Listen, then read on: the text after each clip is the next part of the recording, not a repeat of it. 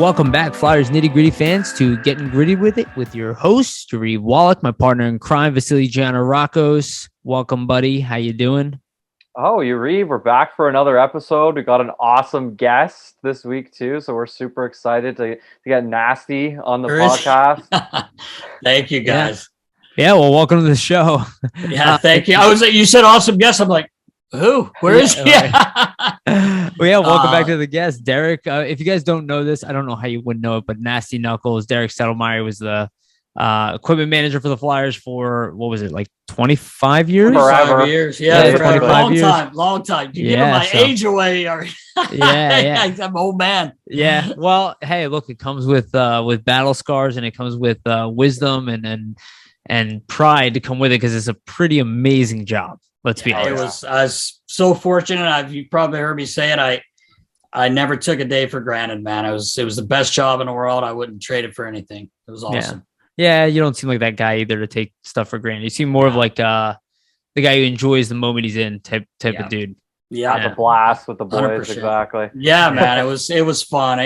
You hear people saying it sounds cliche, but man, it's not even like it's a job, when you love something and I literally look forward to basically every day, going in. It's just always something new. And it was a lot of fun, man. I miss it, but I'm happy where I'm at now and things that are going on. So I get to spend a lot more time with my kids. So that's really important. Yeah. Your career has evolved in a really cool way. Oh yeah. You know what I mean?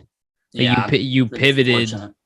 Yeah. And if you guys aren't aware, because I've mentioned a lot of people don't know this, because I don't do this podcast that often, though I do plan on restarting it soon. But the Always Level Up podcast that I do on this network, did it with Nasty back in the day. If you guys have not listened to it, make sure to go back and listen to it. It's an awesome episode about how he got to his career and threw it up and down. And I remember that conversation very well. And relationship with your dad and everything. So yeah, that's awesome. Very lucky. I was very lucky. That's for sure. Well, so let's I think that's a perfect transition into what I want to talk about. And before I do, I'm going to forget this. I'm going to do it right now. Shout out to our sponsor, Jim Steaks on 4th and South. Make sure to get a cheesesteak. But, I brought up your dad there, and I want to go back because this episode is not going to be as much news focused. We'll talk about a little bit of what's happened recently with Frost and Ratcliffe and other stuff like that. But I want to talk about Tortorella. And I think this is a man you probably, and for those listening who are maybe not aware, I don't know how you're listening to us, but not aware about who he is. But Derek over the time has built relationships throughout the entire NHL, obviously including throughout the organization. And if anybody would know some, vibes around Tortorella, I would say you're definitely one of those guys, at least locally, that would know coming in. And he's here. And the way I kind of see it is that this locker room didn't have this type of figure before this. And I think this locker room needs like an us versus them mentality. I think they really need to be brought back together, not so much because everybody hates each other or anything like that, because they really need somebody to kind of bring it all together and be like, hey, we're going to restart here. We're going to believe in ourselves again. We're going to have somebody be like, hey, did you remember that you're great? Have you looked in the mirror and remembered how great you are? Do you know you're not working as hard as you should be to get to that greatness? And I feel like your dad, right? And just from the stories, right, about like the little details, the paying attention to every little thing, right? Yeah. That's what Torts bring. And I've kind of bring this up that I feel like he is like a father figure that this locker room needs. And when I heard all the little stories about him, I'm like, I've worked for a man like this before. It was the best boss I've ever had. And I'm like, can he bring that element here? Am I on to something? Would you say that is kind of what makes Torts? 100%. Like, first of all, aside from coaching, he's an amazing human. Like, he is one of the nicest people I've ever met in hockey, and it's not fake. It's genuine. I've been fortunate enough to work with Torts a bunch of times with USA Hockey at the Olympics, at the World Cup. And I actually met him a long time ago when he was coaching in Rochester. And I remember like watching how fiery this young coach was, and it was really cool. But then I got to meet him and spend a lot of time with him. And it's funny, like players that maybe we've had on our podcast and just guys I've met and known throughout the league who have played under Torts were like Vinny LeCalvier is a great example. Like he was just like at the end, like his ending time there in Tampa, he was like the last couple of years, him and Torts were just knocking heads every day. FU contest, like in the office. And Vinny said, once he got here, like Torts called him and, they talked. And then like Torts was one of his biggest people that he called all the time. Cause Vinny had a rough time here. Obviously it didn't go the way everybody wanted it to, but he's one of my best friends, and that's Torts. Like as an equipment manager, like for a coach, you see how fiery he would be, but for him to come by every single day, every single night at the end of the day and just be like, hey, you guys good? Is there anything I can do better? Like, do you need anything? Like, I mean, the man's unreal. Like he really is. But on the hockey side of it, like he just expects you to play hard and to show up. And that's what every coach really wants. Now Torts is going to get into you a little bit more. But I've heard like through a couple of guys that he has calmed down a little bit. I think he even said that in a couple of interviews. He's learned to bring it down a little bit, but man, I love him on the bench, and I've been on the bench with him as he's the coach, and he just fires you up, man. And he just wants to play hard. That's all he asks, and a lot of the guys now on the current roster that I've talked to, I got to have meetings with him. And they were fired up leaving. And I'm like, thank God, and I knew that's what he would do. But I think he's going to be great. And I agree with you totally. Like he's one of those people, you just pull for him and he'll give it to you, but if you deserve it, and that's the way it should be, you're making a lot of money, these guys, and you just want them to compete as much as possible and be hard to play against. And I think, we talked today with Tony D'Angelo and we were kind of agreeing, like going into Columbus, even when their roster wasn't the greatest, it's a tough place to play. Always. I mean, we when I was with the Flyers, we didn't win forever in that building. I remember. I mean, they're just and even at home, they're just a hard team. They were a hard team to play against. They got better over the years. They added some pieces a couple times, but I tell you, man, you ask anybody. I haven't had one player, except for Dubinsky, who's a buddy of mine, but he, for some reason, he just doesn't like Torts. But I'm sure everyone saw that tweet that he put out. But Torts was really good to Doobie. He really liked Doobie a lot. He brought him from New York there. They got him in Columbus, but whatever. I don't know the ins and outs of that. But everyone else I've heard that I've talked to or that knows Torts, played for Torts, they love him. They love him. That makes sense, though, Nas. Like, would you say in terms of what you kind of just brought forth there that it's kind of overblown that, Tortorella steps on players' toes or clashes with players in that sense? Because based on what you were saying with LeCavalier, like, it seems as though, maybe in the moment, players don't appreciate what he's doing for them and what he's doing for their game. But after the fact, they kind of realize, I needed that. I need that tough love to kind of go to the next level or really bring the best out of me. Would you say that's the case? Perfect way to put it. Yes, okay. That's exactly right. Like some guys are more temperamental than others. Some guys can take it. Some guys can't. Of course. And you got to look back at like Vinny, when Torts gets there, like Vinny's still scoring a lot of goals. The man scored a lot of goals in NHL. And then as he got older, maybe a step slower. Yeah. Torts is honest. And to me, reminds me a little bit of Daryl Sutter. I've heard a lot of Daryl Sutter stories. And one thing I like about Daryl, not to get off topic here, but like just kind of reminds me of Torts is when he took over in LA, he called every single player in and he goes, "This is your role. If you don't like it, tell me now, because we'll get you somewhere else or we'll send you down. But this is your role in this team." And I feel like some guys could take it, some guys can. And when Vinny got a little older, maybe slow, lost a step in his speed, and he wasn't playing with St. Louis and Richards anymore, which definitely helped. Vinny was a hell of a player, don't get me wrong. It's maybe hard for a guy like that to hear. Exactly. You're on the fourth line. When you're the go-to guy scoring 30 goals every year, and then somebody says, well, you're not anymore. That's tough. What was he making, 10 mil on that contract? Tons of money. Crazy money. And, it's a shot to your pride.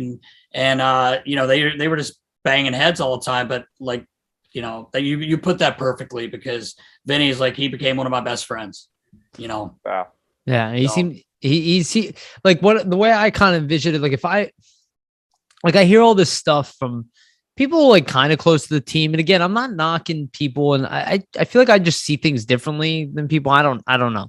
But I look at the way people talk about like, oh, like Konechny's not going to fit in, it's Sanheim and JVR, and the way that they're not going to fit in. It's like, yeah, maybe. But you don't know these people, how they're going to react to certain personalities, right? So that's kind of what I'm saying. I was like, I don't really see it that way. And I keep talking about like, anytime I see a coach that says this player doesn't work, like I always hear that from like writers. It's like, oh yeah, well, what if the coach is like, well, this is not my guy. I don't want this guy. I want this guy. I'm like, okay, then fire the coach. And people like look at me. I'm like, okay, then he's an excuse machine. I don't fucking need that. I need somebody who can come in, take the assets that I have here, get the most out of them, and make them the best team they can be. If I'm general manager, go, that's what I need you to do. I will make your team Tortorella better. That's your focus. Yeah. And I feel like Tortorella is going to be that guy. He's going to be like, you give me the fourth line player, I'm going to turn that guy into a third line player.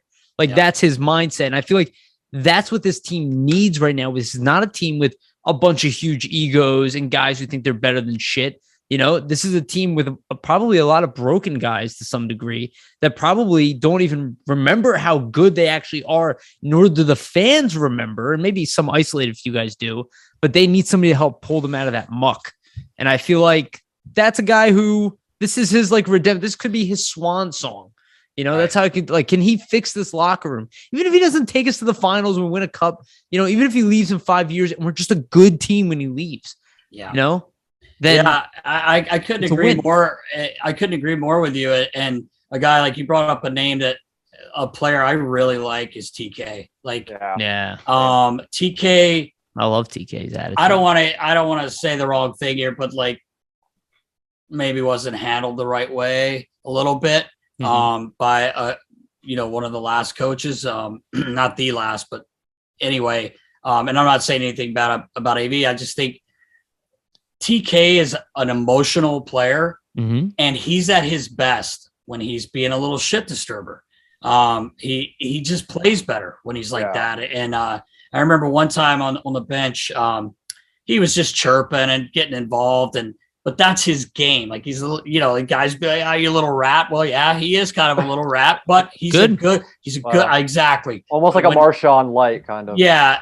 And dialed in when he's playing that way, and he throws that body around. He's not a big kid, but he's actually pretty strong on his skates. He can knock guys over. But I remember him coming back to the bench after he was just in a little chirping match, and AV kind of was like, TK, just shut up and play. And, and I get where AV was coming from because, he was just like concentrate on the game. But some guys play better when they're like that. And Claude Giroux turned around and said something in French to AV. And he's like, he nodded his head. So after the first period, G would come in off the ice, get totally undressed. He's the fastest dresser and undresser I've ever seen in hockey. He would get all the way undressed, walk down the hall, get a half cup of black coffee, and he would swing through my area and he would tell me to fuck off or like joking. He'd be like, how do I look out there? I'm like, yeah, all right, not bad. He's like, fuck you, like laugh and walk out. But I said, hey, what did AV say?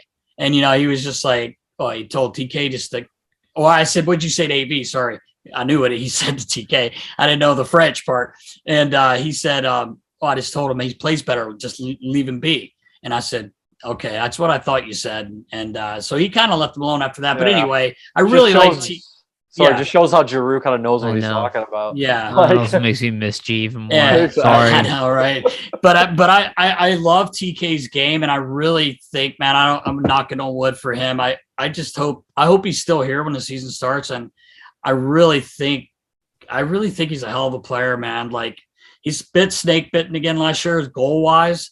But he was getting some points, and I mean, it's tough. It's like, again, we had Tony D'Angelo in today, and he was just like, man, he goes, we came here to play, and all four centers were out of the lineup for the Flyers. Yeah. I mean, people kind of forget that. Not if you listen to this podcast.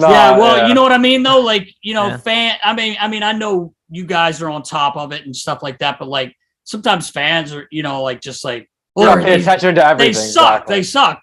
Well, you got four people playing center. You're watching Three of them half should of be them. You should be in the minor leagues getting better. and some guys play in center because they have to, like, but exactly. Don't want to make excuses, but it's true though. I mean, like if you're an NHL team, hypothetically, and you lose your top 2 centers, I don't care what team you are, you're not going to be good that year. It just is what it is. This is what I was saying to the Flyers, right? This is what I was saying, Nasty. This is what I tell people. I go, look, I'm not going to tell you that the Flyers are a championship caliber team, that they're a great playoff team. I go, but even if they're an average team, I go, let's say they're an average team.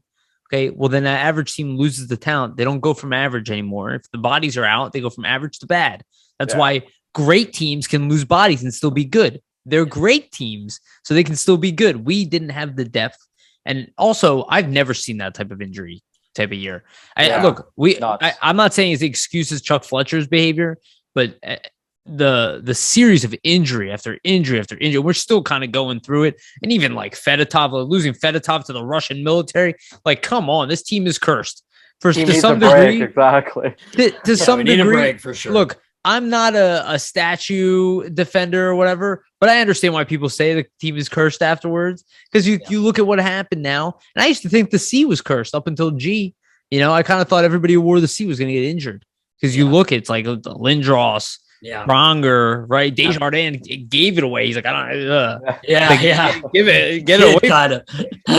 Well, it's there's weird juju going on here with this team, and I'm really hoping that things can turn around. And I'm relying a lot on Tortorella here. But you brought up Tony DeAngelo. Let's talk about him for a second. This is a guy who I do think is severely underrated. And I see most of and underrated is in the sense I don't expect him to come in here and improve our D. I think that has to happen from Tortorella and the team individually. But I do see it as this guy's 26 years old. He is just entering his prime in the NHL. Hasn't been in it the whole time. He's just getting there. He was just playing a top pairing role with another very competent top pairing guy, which I believe Provorov is. On paper, it makes sense. The age group makes sense. His locality makes sense. His skill set makes sense. And I notice people already going, well, he's not a top pairing defender. And I'm like, well, then what is? If he's able to do it for a good team, then what is a top pairing defender? Does he have to be the best defender in the team, or does he have to be Matt Carl that can play with Chris Pronger and go to the championship? You know what I'm saying? 100%. And I don't think he's as bad a defender as people are trying to make him out to be. Honestly, it was funny. He kind of brought that up himself. He's like, people like keep saying I can't defend. He goes, I thought I had a pretty good year defending this year. And he goes, plus 30. I have a clip saved on my phone of Rod Brindamore saying I was defending well. And he goes, I'm just going to keep this in my pocket so I can send it to people when they say send it to us. We'll upload it. Yeah, we were laughing, but we talked to him a lot today, and he's like, you're always working on your game, all aspects of your game. You always want to get better. He goes, I want to be better defensively, but a lot of being better defensively, guys, and this, is not playing in your own end. Yeah, exactly. And being able to it's getting the puck out, making that good pass. And it was funny. I know we were talking before we got started. He was like saying Mike Richards was one of his favorite players, but Chris Pronger was the other one. He's like, you never see a guy make that first pass like Chris Pronger. And I said, I say this all the time. I say that all the time. This guy could pass the puck better than anyone I've ever seen as far as a D-man coming out of the zone. Well, Desjardins, guys like that, but you know what I mean. Chris Pronger Tony's point was like, we need to get out of our end, move that puck up and play in their end. And that helps you defensively. Obviously. I mean, that's obvious, and but that's what he's going to be great at too, I think. And that's kind of what Provorov really excels with too. Like a guy that can really move the puck. Like you saw him play with Ellis those 4 games and he looked really good, and which kind of sucks at the fact that he couldn't finish out the rest of the season. And hopefully, he can make it back at some point down the line. Who really knows? But I mean, you saw Provorov with Niskanen, a guy who's reliable, can move the puck as well, played great. Yeah. The interesting thing with DeAngelo for me is just that like people are already writing the guy off. And I'm pretty sure a lot of people also didn't watch him play last season in Carolina and see actually how effective he was next to a guy like Jacob Slavin, who I'd argue that Provorov's game is very similar in terms of like the mold there. So I think they like stylistically, they're going to fit really well. And then this is actually a stat that you said to me, Yariv, a couple weeks ago, but I just thought it was worth mentioning. That in terms of points per 60 last year in the NHL, Anthony DeAngelo is number 4 The only people ahead of him are Roman Yossi, Kale Makar, Victor Hedman. I like those names. So Not bad. I mean, Yeah, not a bad list, right? not Only too the bad. three best defenders in the Not too league. bad. and D'Angelo's fourth on the list. So I mean, that just shows the impact he has on the ice and the fact that I mean his offense is really valuable. Hold on. It's going to help the team. There's no doubts about that. I'm right with you, man. Yeah, and just to add to that, Vasili, because I think that's really candid. I've never seen a fan base so lackluster about a middle 20s age top, like a guy who put up what I would say, what he put up, a 0.82, 0.83 point per game pace as a defender, a plus 30, and he's 25. Yeah, plus 30. I know people don't like plus minus anymore, but plus 30 shows it something when it's that high, you know? Look, 100%. I get that the team was excellent around him. I totally get that, but it shows that he can fill that role. Like, I don't understand, why are we even arguing about this? Well, I see people online saying he's a third pair defender. He's never had a bad season. He's never had a bad season in the league. I've seen it everywhere. Like, oh, this guy can't play defense. But he should be on the third pair. What are they going to do if Ellis comes back? They have a third pair guy making $5 that's million. a good problem to have. I know. I mean, he wouldn't be the third pair either. There's no way. But this is kind of that's what I'm saying. I don't understand. Like, what are we arguing about? The guy has never had a bad season. Never. He's never had a bad. People can say whatever they want about whether he's that good. Fine. But this isn't Ghost, who had like a mind. That doesn't exist with this guy. Never had a bad season. Came in as a high pick, right? Yeah. Offensively does everything well. Outside of the off-ice issues that we heard. And look, the stuff is real. The fact is he got kicked off a team. Outside of that, there's been no issues. It's like, okay, we know Evander Kane. Does anybody doubt Evander Kane is extremely talented? You should never, ever doubt that. Is he a right fit for your team? That's maybe a different story. But I never see anybody there's no excitement. People are like, nobody was brought in here. Yeah. I keep hearing that. Especially for a local guy that grew up loving the Flyers. He would have been our leading point producer. He would have led our team in points last year, Vasili. That's what I'm trying to. I've never seen it. Okay, again, it's how beat up the fan base is. Yeah, I get that. Sure. I think that has something to do with it too. You're right. Yeah, but it's weird though. I mean, like Nasty, you've been around for a long time. Like, we would get excited about it. Almost anybody. Yeah, I'm shocked to hear that because like I didn't realize so many people were kind of shitting on him. They are. But wow, I mean, like, he's a good hockey player. And that's what I mean. That was the. To me, it's not as big of an impact, but offensive defenseman in the league. Yeah, I think that was a huge play. I got to give Chuck credit there. That was a great getting him.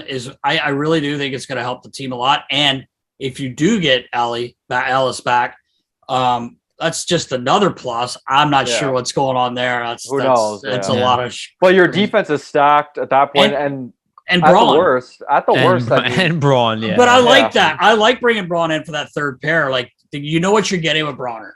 You know, like he's a meat and potato. He's just going to get the puck. He's going to get out of the zone. He doesn't have to play top pair anymore, you know, because I know he's not overly comfortable doing that. He's a perfect third pair. But he's Matt, like, to me, that was a nice little pickup getting Bronner back. I really believe that. Here's what Fletcher did, and this is where I get why people are pissed. Fletcher behaved this offseason like he has a good team.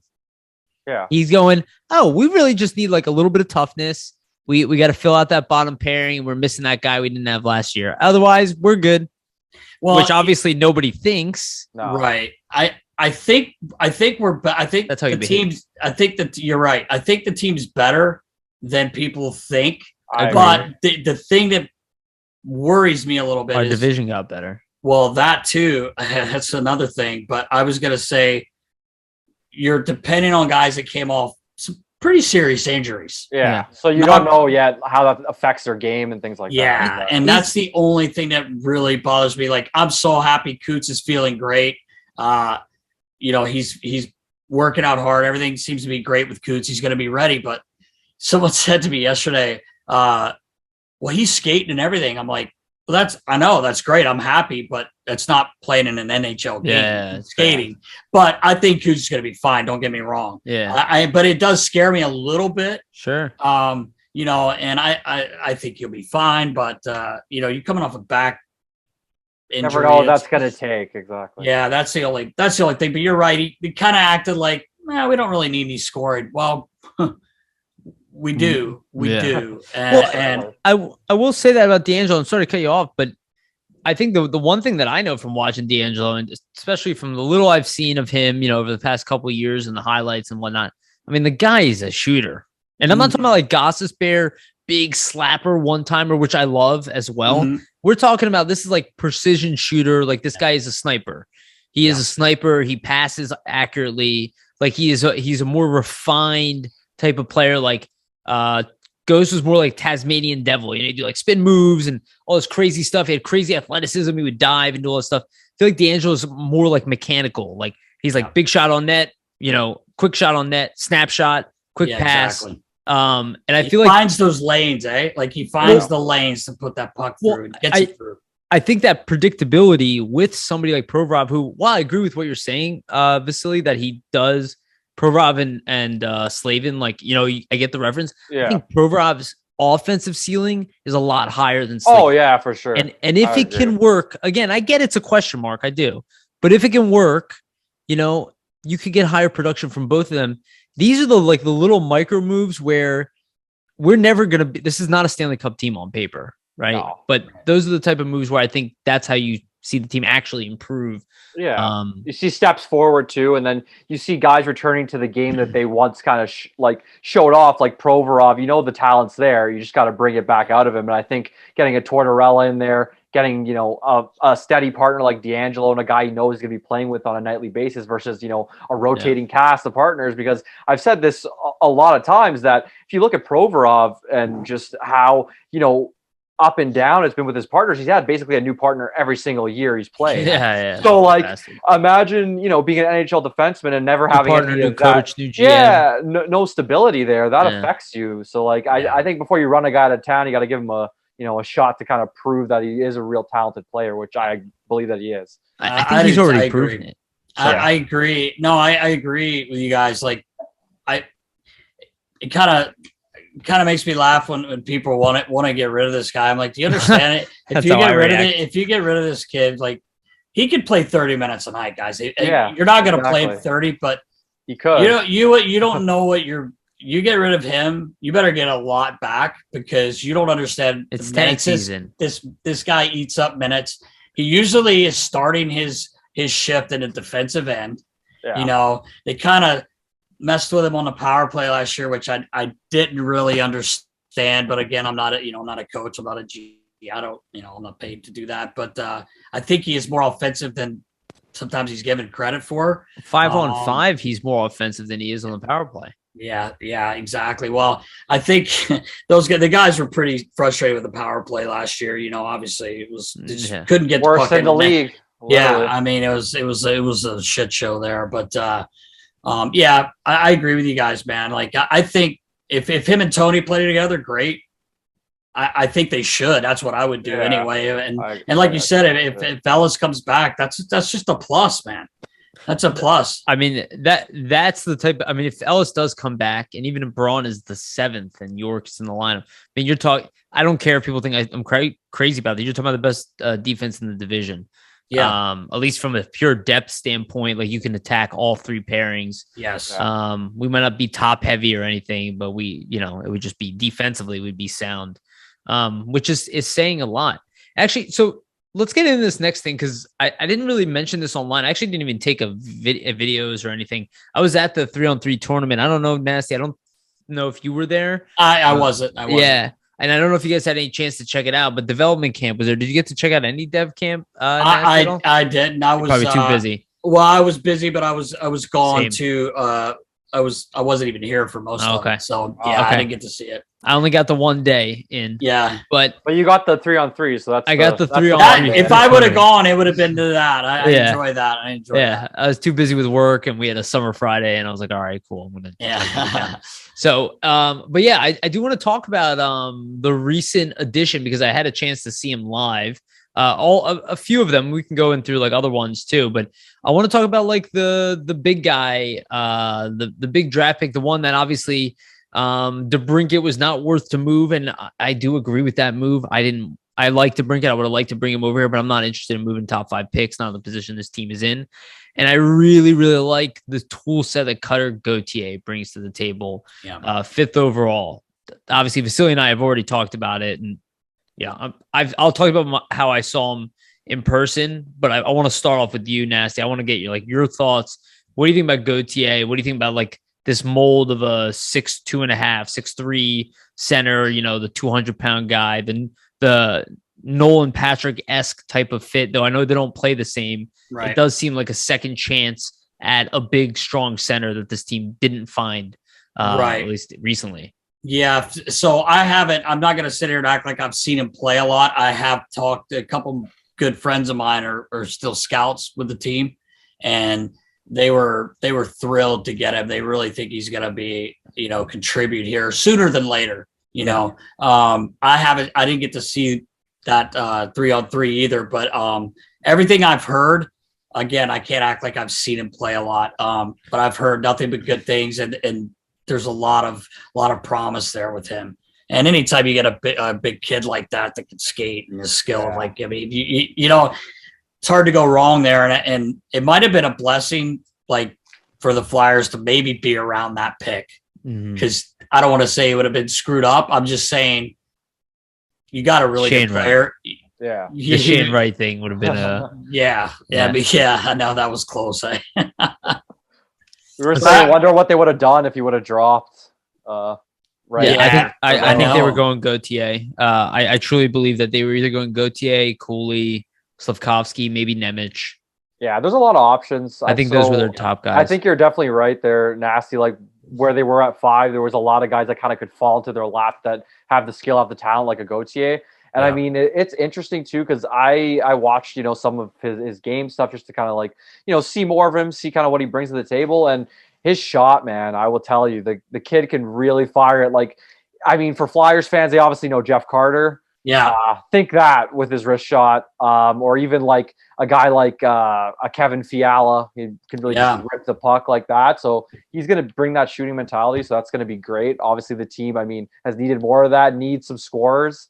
And he said, he could be on the way soon. When I was at the draft there, we interviewed him, and he was saying that he plans to, go to Boston College for a year and then, make the Flyers or try his best to make the Flyers. So I honestly think that next season we'll probably see him and get into the lineup for sure, and then see what he can do. I think you're right. That's what they were kind of, the two guys I know were basically saying exactly what you just said. Yeah. So. I can tell you, okay, so just the little bit I saw him at dev camp, and really I just saw him for the scrimmage and the one-on-one stuff. At first, I will say he was kind of taking his time out there. He was not acting like he was trying to outrace anybody to anything, but when the puck was on his stick, there's a clear difference in talent between him and the people around him. I saw him strip people of the puck. I saw him do it 3 times in a row to 3 different players from the same position with such ease. Literally they tried to go around him. He just took it to the net by himself. Again, Dipsy Doodle. Nope. Yeah. And he had this, even Russ Cohen mentioned it too, on his podcast. I was listening to it. He had this kind of backhand where he was completely staring at the other direction and just kind of ripped this back. I've never seen a fake like it.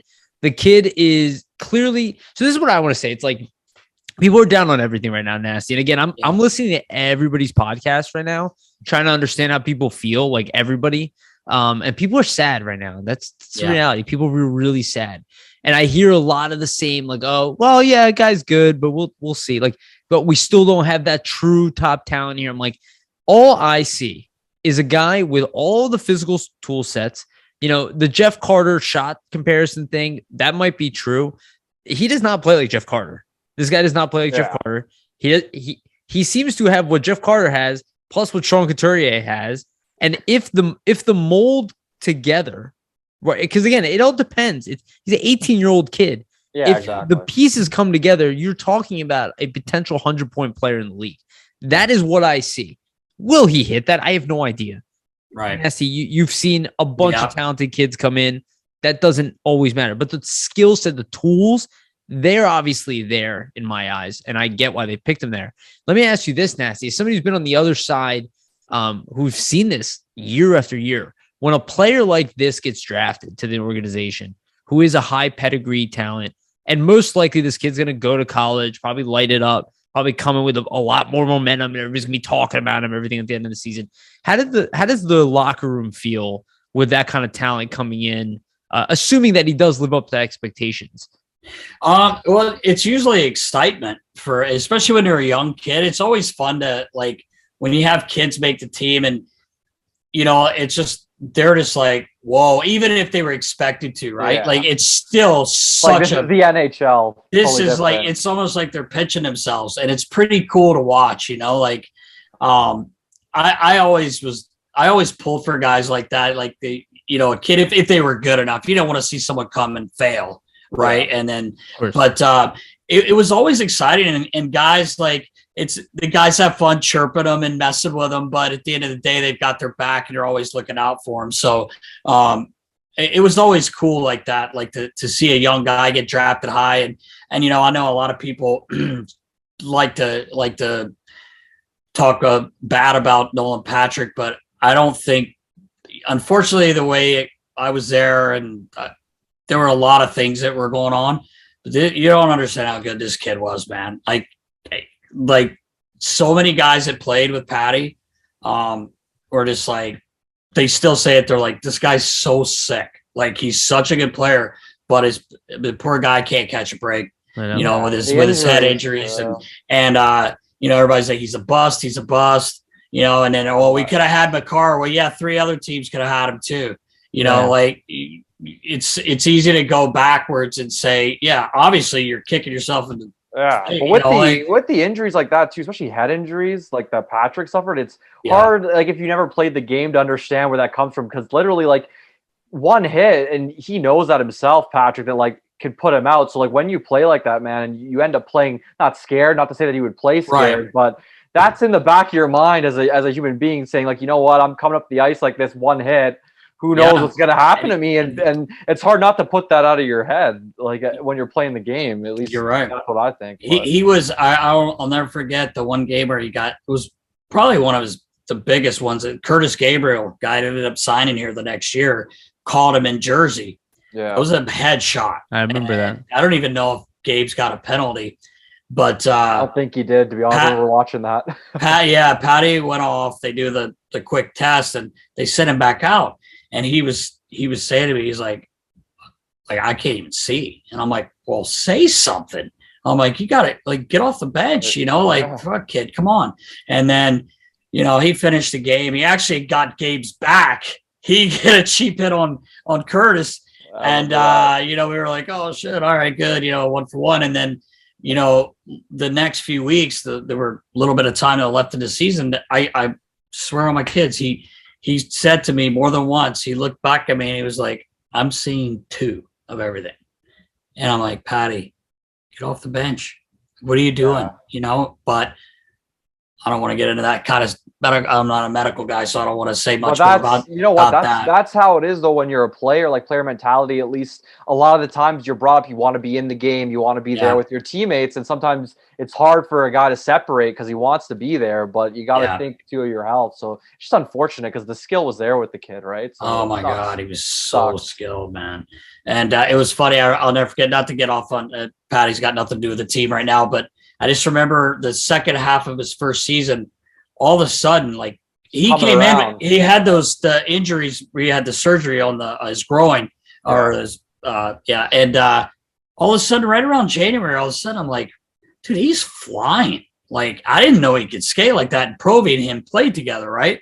Mm-hmm. And Provy's like, no, he can skate. I'm like, I didn't think he could skate, but I'm just like, he had sick hands. Okay, maybe he slows the game down. Then all of a sudden, he's like buzzing. And we're like, holy shit. And I remember we were in Arizona and we were in a shootout.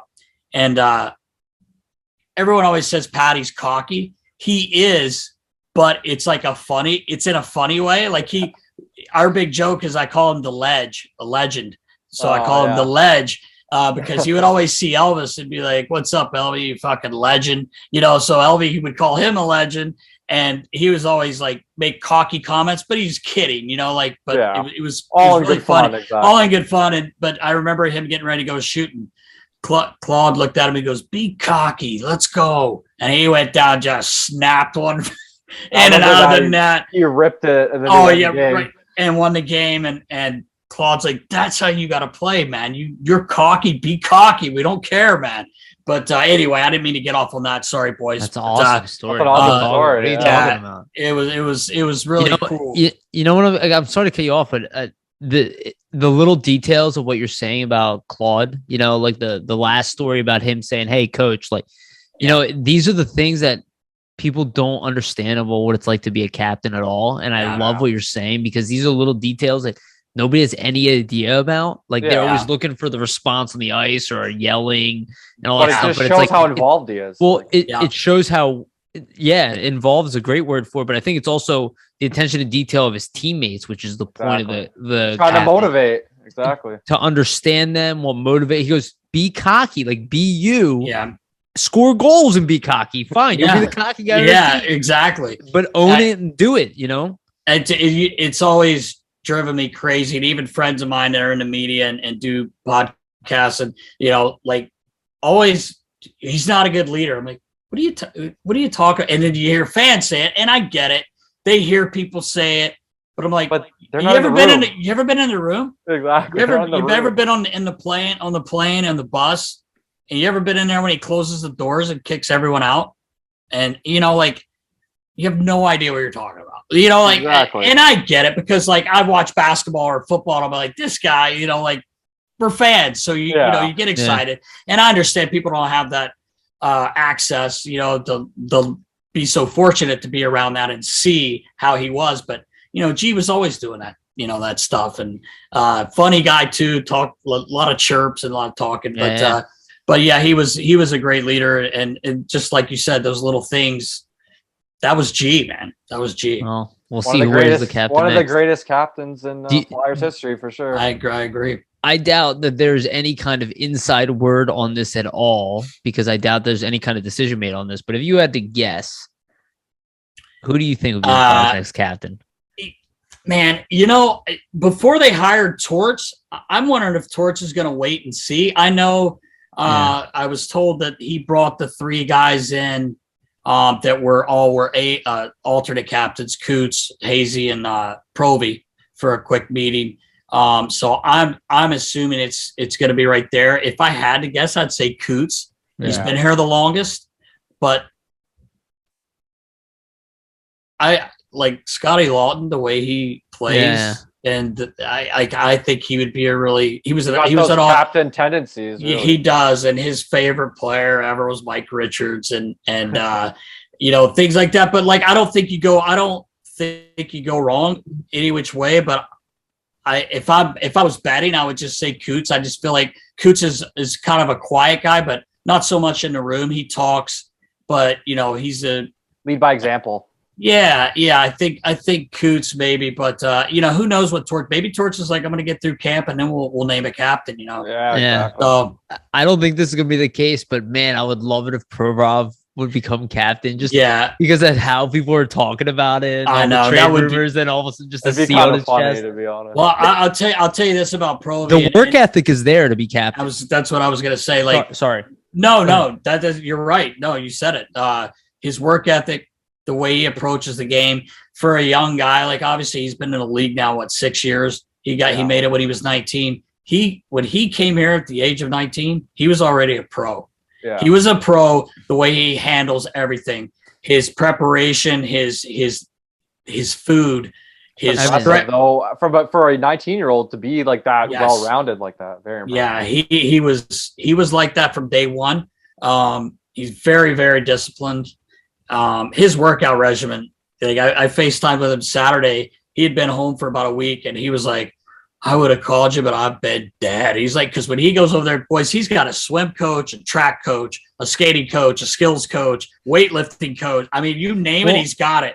I'm like, how do you have time to do? He's like, that's why I'm gone 8 hours out of the day, because I'm doing all this stuff. And it's like a work day. We go to work, he's training. That's exactly, and that's way harder what he's doing. Oh yeah, you know what I mean, physically anyway. Yeah, but for sure. But that's why he can play 30 minutes. Well, okay, so let's go back to what I was saying. That, like, again, I think it'd be funny. Like, from the standpoint that I don't know if Provorov wants to be captain. I don't know his personality as well, but I do think about that, kind of what you're saying. I think about Torts, even at dev camp, I heard the players talking about, getting ready for Tortorella's training camp. I love that, by the way. I've always said it. I want my team to be the most conditioned team in the NHL. You can not control the second that, most, right? not the third, right? The most conditioned team. And if you look at anybody in our team, if there is somebody on our team that carries that mindset from the time, like you said, he was 19, it is Ivan Provorov. In my mind, I'm like, I see Torts looking at Provorov and being like, this guy gets it. Yeah, this is what I need on my defense. No, not like, hey, we're best friends. I mean, like, this guy gets it, which is why every coach uses him in the same way, even though everybody seems to go, oh, he's not a top pairing defender. Yeah, then why does every coach use him for 25 plus minutes a night? Yeah. The guy gets it. And I feel like Tortorella is going to be super comfortable with Provorov because he's going to show up at camp. He's going to be the most in shape guy there. He's not going to have any problem with Torts' drills. And he's going to be like, that's what you guys are all supposed to hit. Right. Yeah. I couldn't agree with you more. That's when you just asked me that question, in the back of my mind, I'm like, if Torts waits to see, I don't know if it's Torts' decision. I would think it is. Think it is, but that is what he's going to be looking at. And not, I think, like you just said, the kids were already talking about it. Trust me, the veterans are talking about it too. And they know they got to come ready. Oh, I love that. You got to come ready, and not that they don't anyway. It's not like I don't want to all of a sudden, but it's not that. I'm sorry to cut you off, but it's not that. It's I want you to be excited about your career again. I want you to be like that feeling they have when it's a contract year, where they're like, "Well, I'm playing for my contract," and it's that same level of like excitement. Only you're not playing for your contract; you're playing for your name again. Like this team's reputation is. Like we're being laughed at by the NHL right now. Yeah. And it's not supposed to be like, this is not the Flyers I know. No. It's not in my heart to believe that. And that's why I think Tortorella's press conference was such an amazing one, to be honest with you. Is because like that's what he was saying to. He's like, this is not, he's like, the Flyers I know. He's like, this is the Flyers are. We're all like, yes. Where's this team? You know? Yeah. I mean, he's dialed into Philly. I don't know if you guys heard I don't know where I saw it, but he was like saying, I always in the back of my mind was like, I would love to coach here. Yeah. I would love to be here. Definitely. And it's true. His persona fits the city, really. It does, man. It really does. And that's why, like, I know everyone's upset about a lot of things with the team, but man, you got to be really excited for Torts being here. I am. He's gonna make a difference. He really is. Well, think about it, right? Like every single team he's coached, he has made that difference. I mean, aside from Vancouver where it didn't kind of work out, but I don't see that situation unfolding here. But I mean, if you look at Columbus and the roster, everybody, in those years he coached, they never, thought they would beat Tampa in the first round or even make the playoffs, but he always brought them to that stage. And I mean, you could say the Flyers don't have all the talent in the world, but if they have guys that are willing to work hard and buy into what he's selling, I think they can be right there on the bubble for sure. I'll tell you right now that if Tortorella can fix this locker room, we're going to stop saying that statement. Yeah. That the Flyers don't have, because I actually still do not believe that this team they have talent. They just need to get it out of these players, I believe. Yeah. This team has no process. It has no culture at the moment. Everything the reason why, again, we keep bringing up the Boston Bruins on here, right? Like everybody doubts them every year. Yeah. Right? Every year they're doubted. They insert new guys, they enter their culture, and they perform. And that's what we need to build here. One of the things like that, since Mr. Snyder's been gone is where it's slowly kind of gotten this way. And people are probably sick of everyone saying that, but it is true. And it's 100% true. It almost bothers me for guys that have come within the last 2 to 3 years, but didn't get to stay. And they didn't get to see what it was like to be a Flyer. Even when we weren't very good, Mr. Snyder would come in that room, win or lose, shake guys' hands, look them in the eyes. And I feel like when we weren't very good, there was still this compete level. Like we were out of the playoffs, just to give an example. And I know it's Wayne Simmons is Wayne Simmons and he's a special human being, but like, you never felt like, I don't think, leaving the rink that, well, they didn't try tonight. Maybe our lineup's not that good. Hexie started rebuilding, whether they wanted to call it that or not, let's be honest, it really was. Yeah. But I never left going like, well, fuck, boys didn't show up tonight. I never felt that way. And I'm not saying guys weren't not playing hard anyway, but I think guys just got so frustrated over the last couple of years. It just starts to show. It's hard, man. It's hard going to the rink. Yeah. When you're losing all the time. Exactly. Yeah. It's hard to go to the rink where you can't catch it. I think you said earlier, you just can't catch a bounce, catch a break. And it just felt like that. Like Christ, last year, you start out okay. They weren't playing that great, but they were winning games. Yeah. And that's the most important. Exactly. Don't ask how, like winning cures all at the end of the day. And, all of a sudden these injuries start creeping in. And then it's like, okay, Coots is going to miss a little bit of time, or whoever it may be. I'm just giving an example, but then the next day it's like, well, so Faraby's out now. Yeah. Well, now Hazy's back out, and then you're just like going, like never-ending list. We catch a break here, like we had Jerry Mayhew in our top 6. And I honestly, no knock on Jerry Mayhew, but he wasn't even supposed to be slated to be in the NHL.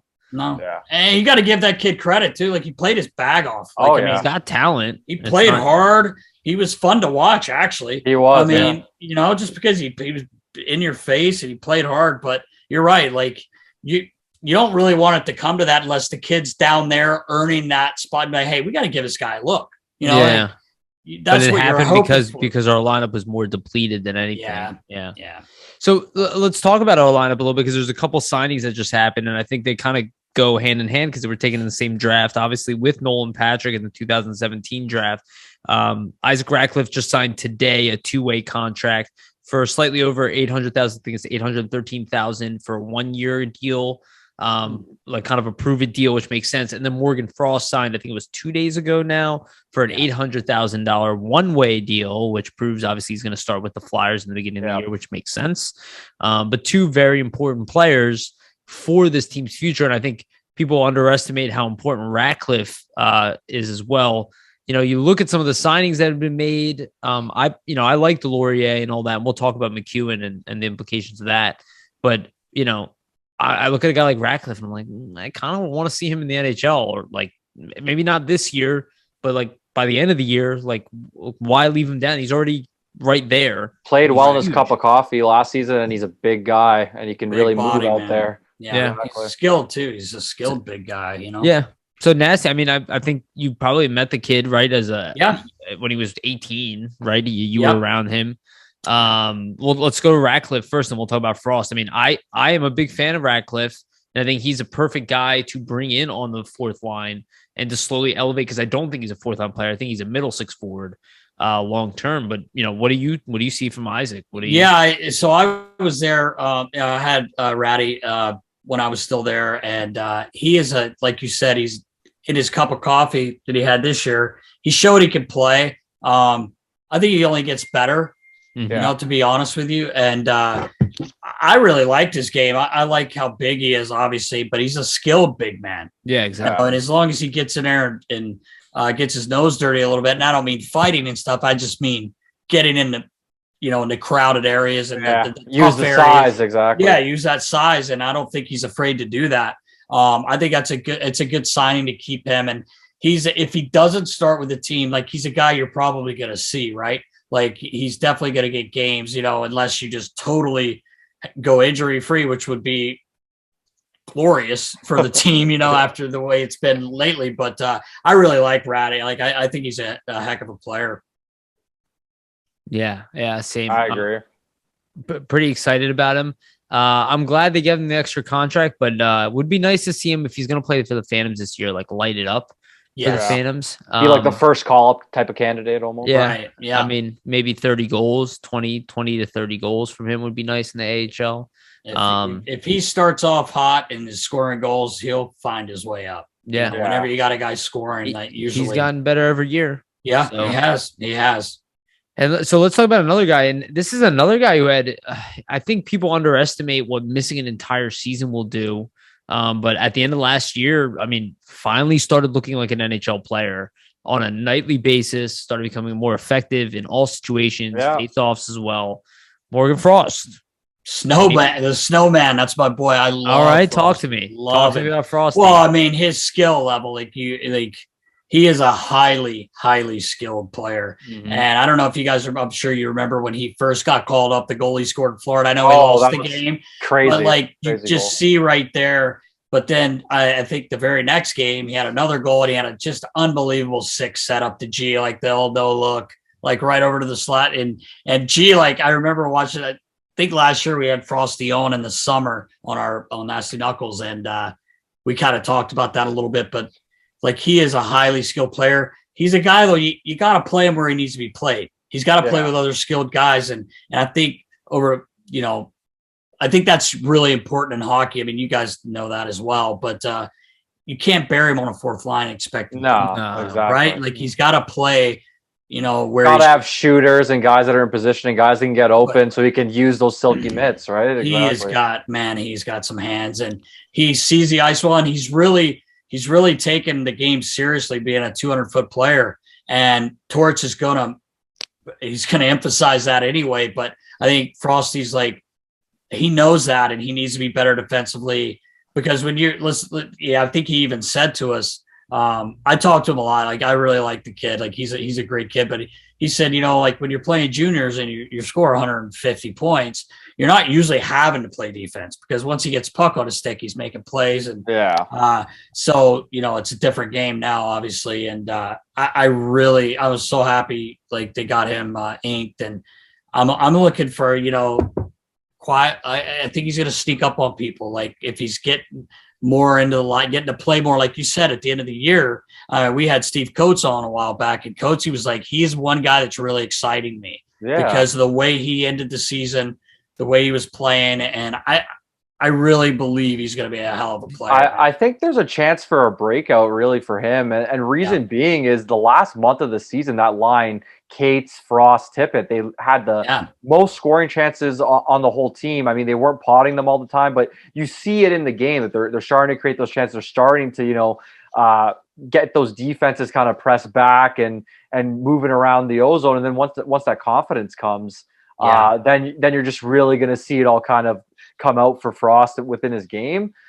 It'll be interesting. I really hope they get him, with those skilled guys though. And a couple, let's say there's a couple bad games, they don't, kind of bury him down there, but we'll have to see, I guess. Yeah, we'll have to see. But like, I just think it's so important. Like, this isn't any like news flash, but like, it's important to have a guy like him play where he needs to play to excel. Yeah. But he's got to be able time too. Exactly. Yes. Speaking of that, Vasili mentioned Tippett, and there was at least I noticed immediately when Tippett showed up here. That was like right around the time where all of a sudden Frost started playing better. Yeah, chemistry. I do believe that they're friends. It seemed to me like they played together for World Juniors. Yeah, they did, but obviously they have some kind of relationship as well, because the confidence. This is kind of what I was talking about. I was like, we need to rebuild this team's confidence in one another and themselves. And it's like you saw a little bit of Frost, and all of a sudden when they were playing together, you saw kind of like two guys who had chemistry all of a sudden right out the bat. I mean, did you see that, Nasty, as well? I noticed it as well, and I really like. Speaking of, I really like Tip. Like I think, same. I don't think people like this guy's got a really chance to be a good player, man. Like I think there's a chance. There's a chance he's gonna be on the top line next year. I think he's a big body, can shoot the puck, man. Like. I think people kind of forget that he's, you have this kid. People gave up on everybody. Frost is not like, look, this is the reality of the position we're in right now. Frost is not going to make it. D'Angelo is not that good. Tippett obviously has got a flawed game. It's a very negative outlook. Gauthier is a 60-point player in the league. Every single thing is, well, we're probably getting the short end of the stick on that one. And I get why people feel like that, though. It's not like me saying, oh, you guys are dumb. It's more of like me commenting and being like, man, our fan base is like beat up. And you were talking about Snyder. Like, I never felt this way. I was legitimately sad when Snyder died. Like, legitimately. I don't know the guy, but he affected me, right? He affected all of us. Exactly. It's like, that's not here anymore. And now, not only that, we went from Hextall, who at least was a remnant of the old guard, And I know people keep hating on the old guard. I am not in that camp at all. I've said this over. I don't think any of those guys are stupid. I don't think any of them are over the hill. I was like, and people talk down on Holmgren. I'm like, show me another GM that took us to the finals and turned us around that fast. I said that the other day. I don't understand. Why does he have a bad reputation? He commented worst GM in Flyers history. I'm How? Like, what? I'm like, we went from the worst place team, and we had Mr. Holmgren on a few weeks ago, and we were talking about this whole, the trade deadline, or not the trade deadline, but the free agency. He was, when he took over for Mr. Clark as interim GM that year, 2006-07, was the worst year in Flyers history, actually. Yeah. Worst year ever. And I was going back to another thing we were talking about earlier. I remember us being the worst team in the league, but that building was packed every night, and there was some excitement. There was excitement. Homer traded Forsberg because he had to. He wasn't probably going to. He may have resigned here, but he traded. He got Ryan Parent and Scotty Upshaw, which took money off the cap. Because I said to him, he goes, "Well, it's hard." I'm like, "You made trades to make room.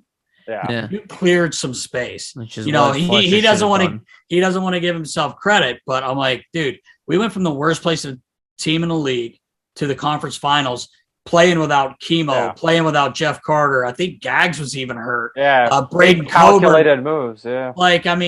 Those guys didn't even get to play. And I'm not saying we would have beat Pittsburgh. They won the cup that year. With a healthy team, you never know. But you don't know, Exactly. You don't know. And we were right. Would we lose in 6? I think we lost game 6 there. We got spanked pretty good in Pitt. 6-0. We were up 3-0 in game 5. Yeah, was it game right 5? there with the Penguins. Wait, is that the Max Talbot fight? Yes. Yeah, that infamous Dan Carcillo. I love Matt. I know. I like. I like him and Carcillo. Yeah. But it's it wasn't a great fight for us. I always I'd say to Marty Biron, I'm like we were talking. He was, we talked to him a lot. Like, he's a great guy, and we were talking about like that series, and he was like, car bomb. His French accent. He had to do that fight. I went, he shit kicked Max. I've never seen a guy get up and do this after he got beat up. Yeah. No, Max didn't think that they were going to come back and win that game. I said, if you would have covered the one puck that was sitting right in front of you and they would have never scored the first goal, you probably got a shutout that night, because after that one, and then it's like, oh boy, here we go. But it just busted his chops, obviously. But man, I just think like Homer, he did a really good job back then clearing that space.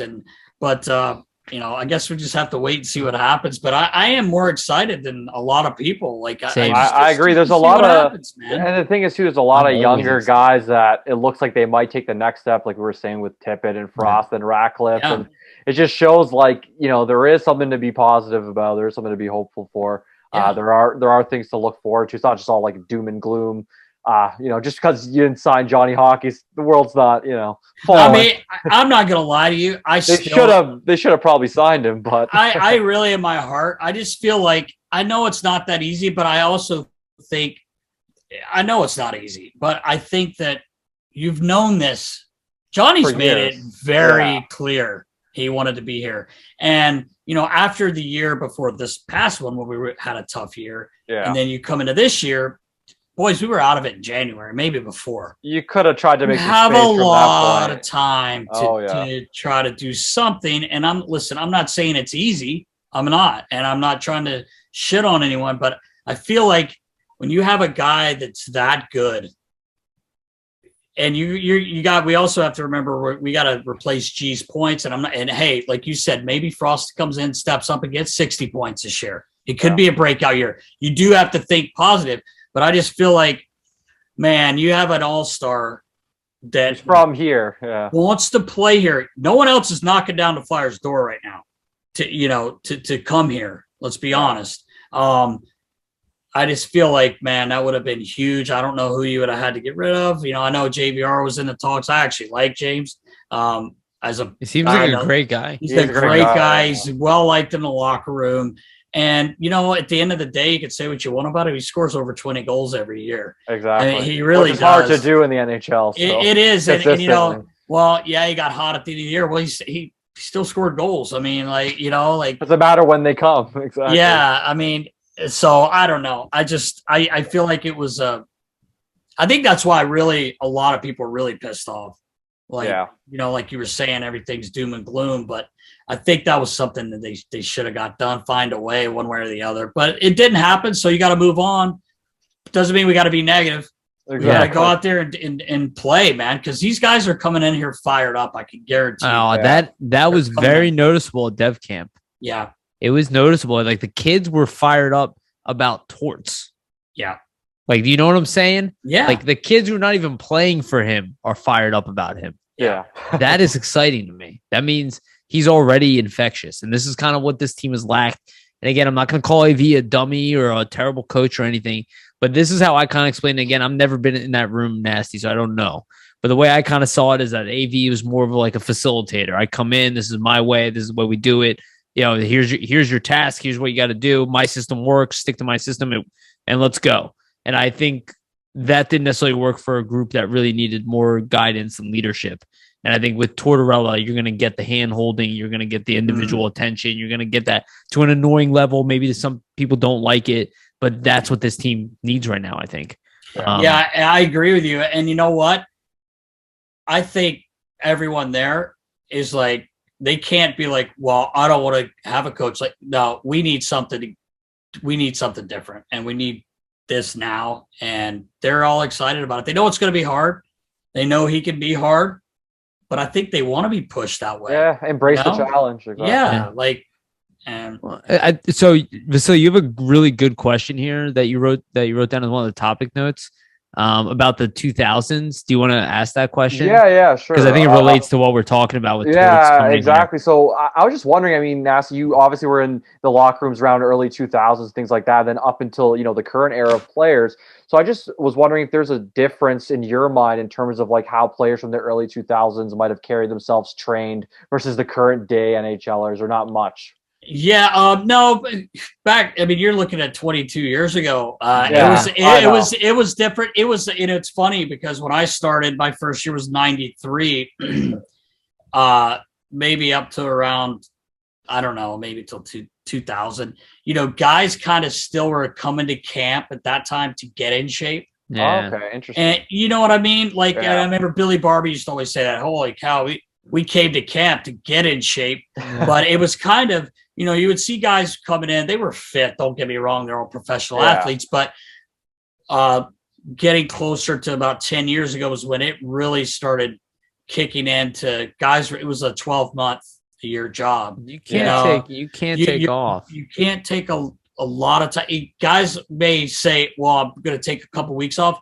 They take weeks off of training, not working out. Like there's a difference. There's a difference between working out and training. Of course, and training, it's funny. It's actually a great question because the way they train is way different now. It's more about flexibility, lean muscle instead of, like Riley, make fun of Riley. He weighed 224 pounds when he was playing. The guy's frame is 180. Let's say we all know, whoa, a lot of guys sticking themselves and stuff. Nah, I'm kidding. But like he ate, these guys train differently now. Like it's funny, JVR is one of the first guys. I don't know if you guys have seen all those bands. They get these contraptions on them, and you look like spider webs on them. But they're JVR like back in like building a different type of muscle almost. It's it's a lot of like guys doing yoga and guys a lot of stretching, and they've gotten away from the pounding of your knees of running long distance. That used to be the thing. Everything's sprint work, right? Like explosiveness, like things like that. That's one of the biggest things that I saw change over the years. But I think nowadays, like you guys were saying, like these guys they have to come ready. You can't come to get in shape, because if you're not in shape when you do those tests, they're going to know it. You're behind everyone, and they're going to bury you if you're not in shape. I think it's a big reason why Carolina had such an immense turnaround as an organization. I think it's Rod Brindamore, again, a man who lives exactly what he preaches. He himself is in as good a shape as all of his players. Maybe better. If you, look, the reality is, if you are the most conditioned team in the NHL, there's no way you will be the worst team in the league. Yeah. Right. Sure. Oh, 100%. It will never happen. 100%. You will at least be middle of the road. And I feel like that's what the Flyers need. And again, look, if we're awful and Bedard is in the sweepstakes, great. Generational player. I'm all in. Get excited about that. But if you can recognize how much, like, I have such a hard time believing that if you get this team rolling, right, and the players are playing to their max ability, maybe it's not the best team in the league, their max ability, that you won't look at a guy like Provorov playing for a team that's well-oiled, that is running on a high-tempo offense, all of a sudden is playing all these minutes on a tight shutdown D team, that people aren't going to look at Provorov and be like, oh, that's one of the best defensemen in the NHL. I just, like, I look at it and I go, like, if you can really move this team the way it's supposed to move as a well-oiled machine, the tone of the way people talk about this team will change overnight and will save Fletcher's ass. I don't think he's done a good job as GM. I think that I can point at a couple things he's done that I really like, and I can point at more things that I don't like that he's done. Yeah, but I think Tortorella could be his Band-Aid. If he's gonna help, that's for sure. Well, do you see that as well as, like, am I making too much? Like, look, I know you exercise as well. I know you were an athlete growing up too. I exercise often, right? Like, I can't control everything, right? But I can tell you I run. I brought this up over time. The mental dexterity of running, of not stopping to move your feet, of putting yourself through these grinds where he's going to push people to be like, you can take extra. The whole David Goggins thing, if people don't know who that is, look it up, right? The whole idea of, like, pushing beyond your limits. Yeah. Like, don't we need a guy like that? Don't we need a guy? And isn't that how we get to the young star breaking out, is because somebody comes in and goes, hey, do you know that, like, you probably should be like a 50 goal? Like, I'll never forget when Peter Laviolette said Giroux was the best player in the NHL. Yeah. I'll never forget that moment. Didn't matter. It wasn't true. You know, he's in the conversation. Didn't matter. It wasn't true. Irrelevant that Crosby was the best player in the league. We believe that Giroux is. You know, Giroux wants to believe he is. And you know what's funny? You just said that. We were talking earlier. It's a great point. And when people say he was a terrible leader, they weren't saying that, were they? When that series happened, and they weren't saying that. Winning cures all. No one ever said that, did they? They were like, the shift. Giroux's the best player in the league. You know, like, exactly. You know, he runs Sid, who I love. People get mad. Great. He's the best, but great player. He's even better person. That's the thing. I believe that. For sure. Heard some stuff.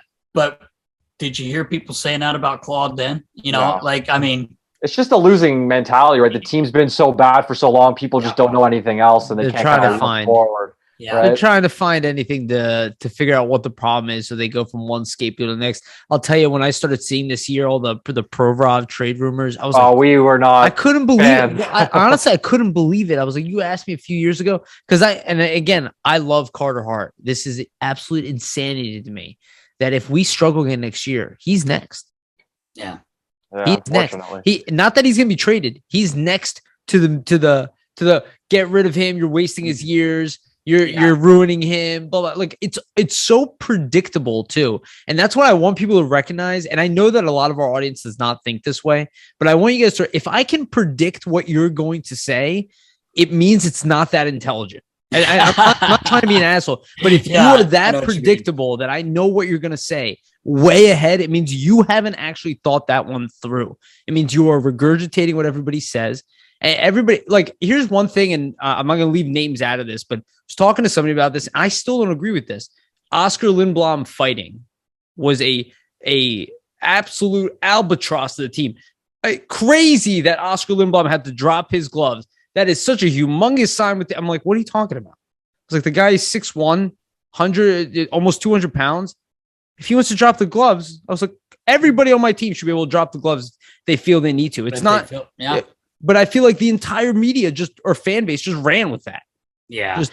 And now it's about, I'm like, do you want Oscar to break his hand on someone's head? No. But if he can handle himself. But these Swedes are sneaky, tough guys too. Very tough. Like, they're tough guys, and they're strong. And if Oscar went in there to do that, he was doing it for the team. Yeah. And I mean, I agree with you. Like if someone drops their glove, G used to drop his gloves here and there. You don't really want Claude fighting, but if he got pissed off enough, then fuck, what are you gonna do? Might as well, exactly. I just don't see it as like some kind of negative thing. I feel like people always they're like looking for something, you know? Like even I was thinking about Steve, we were talking about Holmgren, and we're going long, so I'll wrap it up pretty soon. But we're talking about Holmgren and we're talking about Steve Mason. I said this when Mason was here, and people looked at me like I was crazy. I was like, oh, he's the best Flyers goaltender I've seen in my time here. You know, I'm 35, so I haven't seen that many goals. I was like, oh, he's like the best goaltender. If you look at his numbers today, he's the best numbers of any goaltender in the modern era because people didn't appreciate him for what he was when he was here. Yeah, it was a great goalie. Yeah, he was stuck behind a defense that wasn't that, right. Great. And he was and Mace was like, I give Mace shit all the time. I actually keep in good touch with him. I'm like, you should still be in the league. Like this guy, like he's not even old. No, I swear he's like early 30s. It was a mental thing going to Winnipeg, and the way I'd like the worst thing to happen to you is you were the starter, but you started against Toronto, and if you go back and watch the highlights of that game, he didn't let a bad goal in. They were just wing, wing, wing. They were just dancing around. And he got lit up. And then, mental side of it started kicking in where he's like, Jesus, I can't stop a puck, whatever. But, we almost signed him after he got bought out. He got offered to come back, start with the Phantoms. Like it was a year we had 8 goalies, 9 goalies. That's interesting. And he was going to come. They offered him that would have been amazing. To come back to go to Lehigh. But I'm like, I remember talking to him. He's like, well, they want me to go to Lehigh. I'm like, you'll be here in 2 days. Like we don't have any goalies, man. We don't have any goalies. But anyway, and then he had an offer from Ottawa. I think it was Ottawa, if I'm remembering correctly. And I guess the numbers, he didn't like that. But I'm just like, I always kid with him. I'm like, dude, you should still be playing. This guy, what my point was gonna be after I just went on that little rant. But all good. He what an athlete, this guy. And he's a lot big. If you see that, I don't know if you guys ever were around him to see him in person. He's a big man. Like he's not a little guy. Yeah. And he was such a good athlete, man. I'm just like, this guy's, I don't want to say he was raw. He wasn't raw, but you felt like, man, in a couple more, he's played well for us, but in a couple more years, man, like this guy, he was got a good defense in frte of him too. Yeah. And you never, sky's the limit. Yeah. I really liked Mace. And this is what worries me, not about Carter Hart specifically, is that if we continue playing defense the way we continue, we will never see how good Carter Hart really is. Even if he plays out of his mind, it will be hidden behind a team that can't play defense. Well, you got to hope Tortorella brings the structure for it. That's what I'm hoping for. I think that's going to happen. We're going a little long here, Nasty. I just wanted to end kind of on let's end on this last on a bit of a funny note. I mean, over 20 years for you as equipment manager. In terms of player superstitions that you've seen over the years, what's the craziest pregame type of ritual? There's probably been tons, but if you have to pick one. There's been a lot. I'll tell you, I've told this story a bunch of times. Everybody gets a chuckle out of it, but I would say, well, there's a couple. I'll make it quick. One was, and they're both Russians. One's one of my best friends. He's like a brother's Provi. And so a lot of guys, I would do their sticks for him. Yeah. It was a handful. Jake, I did all his sticks. I always made his sticks up. I had the knobs had to be whittled down, and I'd cut them, put them in. So I'd always make Jake's. I'd make 6 at a time because I knew it would last a month because this guy never used new sticks unless he broke them. And half the time he's breaking them over the boards because he was pissed off, which was funny. But I always did Provi's sticks. He would come in, mark it, and then I had to cut it while he was standing there. And it's on a machine. It's not like he couldn't do it, but it was a superstition. So he had a certain time he wanted to do it. Well, I'm a motor mouth, as you can see, and I'm always hyper. And someone would call me, hey, someone's in the hallway. So I'd end up talking to people. My phone's in my back pocket. Damn thing's ringing. He's calling me from the locker room, waiting on me. And he's like, and I'll be like, hey, bud, I come cut the stick. I need you. And I'm like, yeah, be right there. And then someone would say, I'd get talking more. And then Proby's looking out in the hall and he's like, Nast, get down here. And I'd run into him. He's like, you always forget me. And I had to, after I cut it, I had to do 10 minutes later, he would tape it. He would come back to me, and I had to throw him a puck, and he would catch it. But it was Patrick Kane's stick, and I had to carry it on the road everywhere. So he would tape his stick, put it down, and then I had a Patrick Kane stick, and I had to throw him a puck, and he would catch it, and then he was fine. He didn't need me anymore, right? But the probably why Patrick Kane? Why Patrick Kane? Because I had the stick one day, and we were screwing around with it. So he was like looking at it. He's like, man, like he's like, it's got a pretty straight curve. Yeah. He was like, dude, this guy's just so good. Like, I can't believe he doesn't have more of a hook or whatever. So he was toe dragging, playing with it a little bit, and then he put it down. And he scored 2 goals, I think. So that makes sense. That's the hockey player. And then once you have a good game, he had a really good game. So that I had to carry this damn stick on the road. Now everybody's like, why do you have a Patrick Kane stick? You know? So it was kind of funny all the time. And guys would be like, would you please be here when he needs you here? You know, like, but the craziest one, and like you said, there I could tell you a bunch, but Brizgalov. So that doesn't surprise me, I guess. I know, right? So Briz had to have these macadamia nut cookies. I had to set a thing up there, Mark, and they'd bring them down. They were warm, and he would, they would bring way too many. He just wanted like 2. Like he would eat maybe if he ate 2. But the other thing was he used my computer, so I always had the computer up on the counter, and he would get on there, and I don't even know what he was doing, but he would like be on these. So he'd be searching up about the universe. And, so he would always come there right before he went to get dressed. So the one day he was just him. It just happened to be him, and he was like leaned over the counter, and I came up behind him and I just went like, just like tickle it. Like I went like this, and he goes, ew! Like he made this weird noise, and I was like, what was that? I see you sound like the Pillsbury Doughboy. He has no idea who that is. And he's like, oh, you tickle me. And I'm like, okay, like whatever, shut out. Next game, home game, he's leaned on the thing, and there's like guys in there. Like some of the boys are still in there doing stuff. And he goes, Nastia. He called me Nastia, that dickhead, because Nastia in Russian is like Natalie. Okay. So, and he had Yogs do it. Yogs would always call me Nastia. So he'd be like, Nastia. And I'm like, what? And he's like, I jumped up and sat down on the counter. He goes, Nastia. And I'm like, what? And he goes, you gotta tickle me. And I'm like, I'm not tickling you. What and the guys are like, what? So he goes, Nastia, shut up. And I'm like, so I get down and I go like this. He goes, ew. I'm like, the fuck is wrong with you, man? And then you walk off. I'm just like, and guys are like, don't ever do that again. Don't ever do that again. You should have been like the shutout, though, guys. Oh, I know. I did. I said he got a shutout last game, boys, and they're like, that's why Briz didn't work out here. It's just nasty. Nasty tickle. Man, you know what's funny too? And it wasn't on game days. It was every practice day. He would stand at the time before they had redone the skate zone. My office was all the way down at the end of the hall. We redid it all, so we were down closer to the locker room, but he would come out in the hallway and he would scream my name until I stuck my head up and walked down there. And he started doing it, and it got to where guys were like, he would just go, Nastia. He would just yell my name until I answered. I would like be on the phone trying to like order something, and you could just hear him. And I'd close my door. I could still hear him. So I'd open the door and I'm like, what? He's like, come here. And guys started going, Nasty, just come down here. So shut the F up, right? So I'd walk down there. He goes, and my son does it now because he heard me tell the story. He thought it was funny. He would be like standing there. He'd go, do I look big today? And I'm like, you look huge. No way anyone's scored on you. Okay, thank you. And he'd walk out.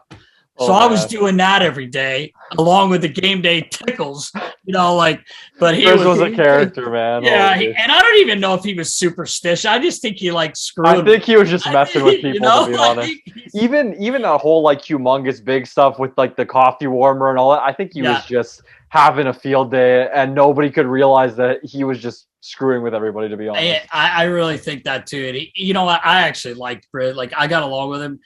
There were some things that happened, behind the seat, nothing bad, but just to rub guys the wrong way maybe or something. But I really liked Briz. And what's funny, if you go back and look at his numbers, I think the first year, I think he had 35 wins, man. Yeah, it was pretty good. You know, The like, team was good. He had the team three, was better. He had like 3 shutouts in a row too that season. Yeah. At one point, it was nuts. Probably because of the tickles, but yeah, I don't know, man. But that was like one where I'm like, dude, we got to stop with the tickling, man. Like, I feel ya. it wasn't even really a tickle. I would just go like that, but it was just the noise he made, and it got longer. Like, oh god, you know, I'm just like, dude, you're messed up, man. But I actually enjoyed Grizz. I really did. That's awesome. All right, well, that's a great way to end this podcast. Thank you for doing. For those who are not aware, we did like 30 minutes prior to even recording. Yeah, so, I know. Yeah. This is kept you guys up late, eh? Yeah, I'm enjoying I'll it. be off, no worries. Yeah, this is a great episode. Nasty. You got anything that people should be aware of? Obviously, you know, everybody knows about your podcast. You got anything else that you are working on?